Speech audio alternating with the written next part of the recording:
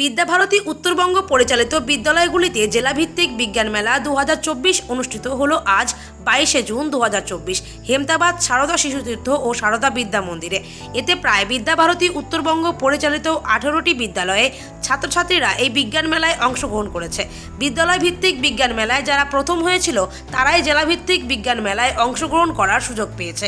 ছাত্রছাত্রী 194 জন। জেলা বিজ্ঞান মেলায় অংশগ্রহণকারী ছাত্রছাত্রীদের মধ্যে যারা প্রথম স্থানাধিকারী ছাত্রছাত্রীদের নিয়ে প্রান্তভিত্তিক অর্থাৎ উত্তরবঙ্গ প্রান্তে এই প্রতিযোগিতা অনুষ্ঠিত হবে। শিশু বিভাগের 8টি ইভেন্ট, চতুর্থ ও পঞ্চম শ্রেণী, বালক বিভাগে 8টি ইভেন্ট, ষষ্ঠ থেকে অষ্টম শ্রেণী। প্রতিযোগিতা শেষে স্থানাধিকারী প্রত্যেকের হাতে মেমেন্টো ও শংসাপত্র তুলে দেওয়া হয়। প্রধান অতিথির আসন অলঙ্কৃত করেন রায়গঞ্জ বিশ্ববিদ্যালয়ের অণুজীব বিদ্যা বিভাগের অধ্যাপক ডক্টর প্রদীপ দাস মহাপাত্র। এছাড়াও উপস্থিত ছিলেন উত্তরবঙ্গ বিদ্যাভারতীর উত্তর দিনাজপুর জেলা সম্পাদক কালীচরণ সিং, উত্তর দিনাজপুর জেলার জেলা সমিতির অন্যতম সদস্য ডক্টর অভিজিৎ কুমার দাস, হেমতাবাদ সারদা সেবা ট্রাস্টের চেয়ারম্যান বিশ্বনাথ বসাক প্রমুখ।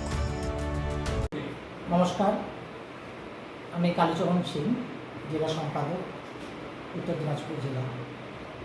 আজকে প্রধান অতিথি ডক্টর প্রদীপ দাস মহাপাত্রের উপস্থিতিতে প্রত্যেক বছরের মতো এবছরও 2024 শিক্ষাবর্ষে সারদা শিশুতীর্থ এবং বিদ্যা মন্দির হেমতাবাদে অনুষ্ঠিত হয়ে গেল জেলা বিজ্ঞান মেলা। মেলা সত্যি যে আকরিক অর্থ, সেই অর্থেই আজকে সারাদিন ব্যাপী এই কার্যক্রম চলছে।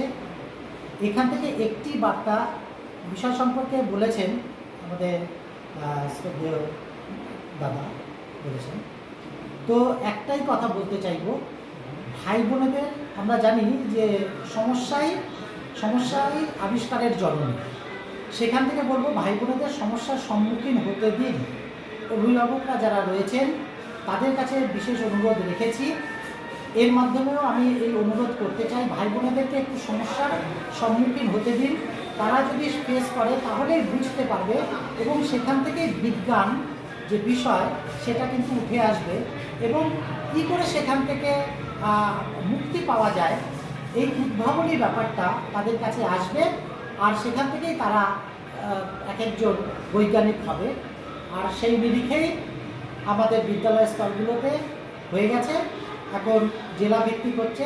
সেখানে ওই একই বার্তা আমরা সমাজের কাছে দিতে চলেছি যে ভাই বোনেরা সমস্যার সম্মুখীনের মধ্যে দিয়ে সম্মুখীন হবে আর সেখান থেকে নতুন নতুন কিছু আবিষ্কার করবে। আর এক একজন বৈজ্ঞানিক ভালো উচ্চতর জায়গায় চলে যাবে। তারা আমাদের সমাজকে সুন্দরভাবে গুছিয়ে নেবে এবং আমাদের সমাজকে, আমাদের পরিবেশকে আরামদায়ক করে তুলবে। অন্যান্য যে প্রতিকূলতা আছে সেটাকে কাটিয়ে দেবে। ব্যাস এই বার্তাই থাকছে। নমস্কার।